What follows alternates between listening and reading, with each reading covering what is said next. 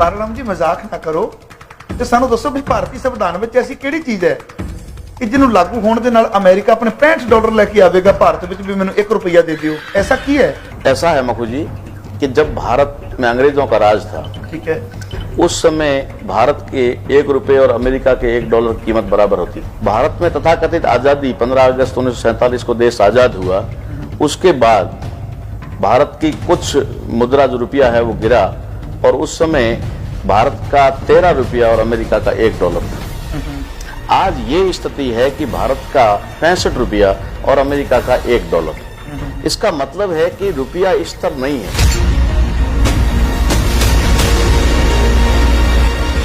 कहीं न कहीं रुपये की वैल्यू गिर रही है और डॉलर की वैल्यू बढ़ रही है, इसलिए रुपया आए दिन गिर रहा है। किसी भी देश की करेंसी देश के खजाने पर निर्भर करती है कि उस देश के अंदर सरकार या उस देश में सरकारी संपत्ति कितनी है, सरकारी गोल्ड कितना है, सरकारी जमीन जायदाद या और भी कारखाने कितने हैं, उनके आधार पर उस देश की करेंसी की वैल्यू गिनी जाती है।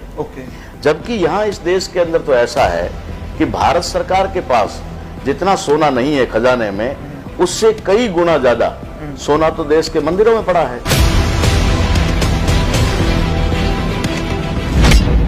जहां पर भारत सरकार का कोई लेना देना नहीं है। कुल 27 लाख मंदिर हैं पूरे भारत में, छोटे और मोटे 27 लाख मंदिर हैं। उनमें से मैं 4 मंदिरों का आंकड़ा आपको बता दूं कि 4 मंदिरों में 30,000 टन सोना, 30,000 टन सोना। और उन मंदिरों के ऊपर ना तो पब्लिक का कोई कंट्रोल है, ना सरकार का कोई कंट्रोल है। पता नहीं किसका कंट्रोल है, ये भी पता नहीं। मैं आपको सिर्फ 4 मंदिरों का उदाहरण दूं इस देश के अंदर, और टोटल मंदिर भारत में 27 लाख है।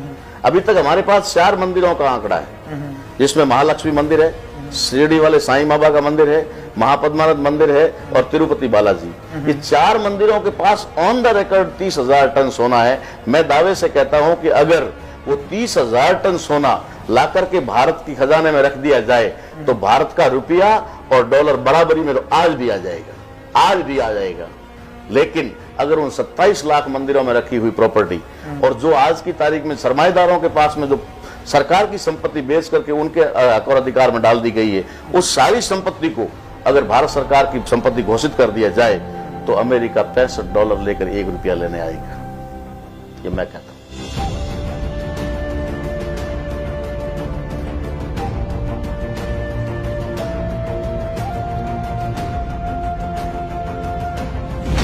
गल तो मैं याद आया है, तुसीं सोने की गल कर दिओ कि मंदिरों के सोना पिया होया। अब कुछ समय पहला की गल है कि न्यूज़ दे विच मैं भी सुन रहा सा, साउथ वाली साइड किसी मंदिर के विचों बेइंतहा सोना निकलिया। मेरे ख्याल 5 कमरे खोले गए। इहदे बाबत तुहाडा की नजरिया है? ऐसा है कि ऐसे अथाह मंदिर जिनके बारे में मैंने जिक्र किया है कि वहाँ पर खजाने के रूप में अथाह सोना पड़ा हुआ है, वो जिसका जिक्र आप टीवी में कह रहे थे, हमने भी देखा था और हमने उसको गहराई से देखा था कि वो साउथ का एक मंदिर था जिसका नाम था महापद्मानाथ मंदिर। और वहाँ पर सोने के खजाने के रूप में जब 5 कमरों को खोला गया तो उसके अंदर लगभग 10,000 टन से ज़्यादा सोना मिला था एक ही मंदिर में।